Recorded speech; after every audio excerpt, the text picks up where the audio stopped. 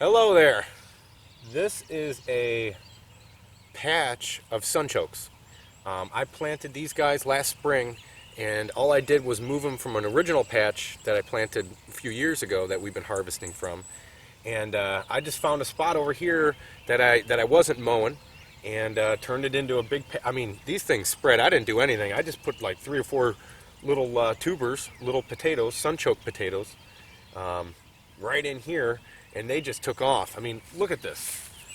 I mean, you can you can see how big it is. I mean, I still got to mow the grass and everything, but man, the rain that we're having this year, these guys are loving it. And sunchokes are actually a perennial sunflower that's native to this area. All over the Mid-South, Tennessee, Missouri, Kentucky, all over the place. And Native Americans actually used to cultivate these.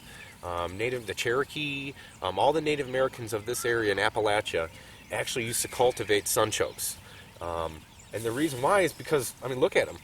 You get big, giant roots every year, and you really don't, they just spread and take over.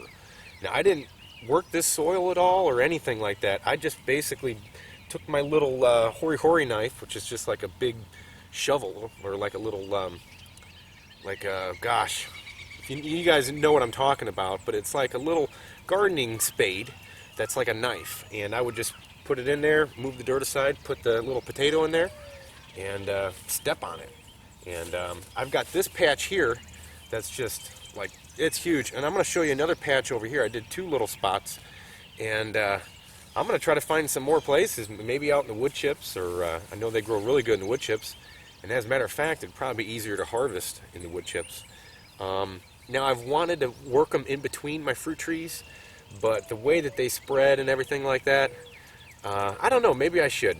But, I've got a lot of blueberries and small raspberries, and I think once everything gets more established and gets bigger, they might not mind in the summertime being completely choked out by Jerusalem artichokes, but at the moment I'm keeping them separate. But yeah, I'll bring you in. Let's take a closer look at these guys. I mean, it's thick. And it's like a perfectly round little patch.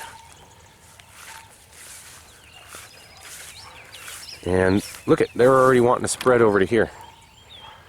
So these guys will spread, but if you've got little spots, I mean, you can just mow around them.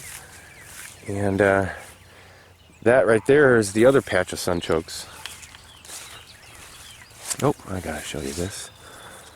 Even with the late frost we had, got a little peachy. Hey, little peachy. Couple.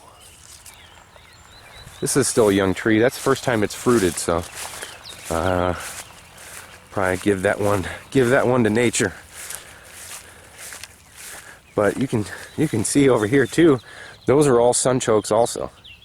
Now out here we've got this giant ragweed that looks a lot like that. And I'm thinking I could probably use it. I mean, you can see this is the giant ragweed right here wanting to pop out. There's some bigger ones like, I think I pulled all the ones out of the apple tree. But yeah, check out these sunchokes. These ones are a little bit more unruly. I'd like them to kind of take over this whole little grassy patch, but they're kind of only on this half. But you can see some little guys. But you know what? I just put them in last spring, 3 or 4 little tubers.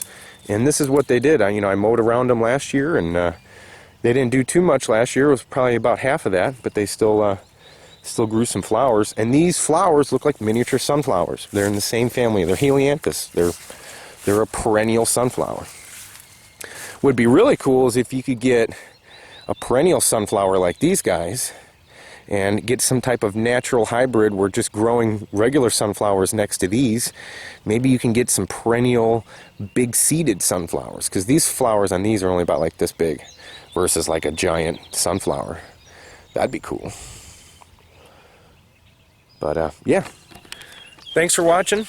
If you've got an opportunity to get your hands on some sunchokes, they're perfect in a food forest. For a permaculture food forest, I mean, you don't have to do anything. You just put them in the ground and harvest. That is the ultimate goal of farming, as far as I'm concerned. When you can evolve from being a farmer with all that hard work into simply just a harvester. You plan and focus on perennials, fruit trees, berry bushes, and you've got more time and more food and less work. So thanks for watching, you guys. Love y'all, and you guys have a good one. Till the next one. See you later.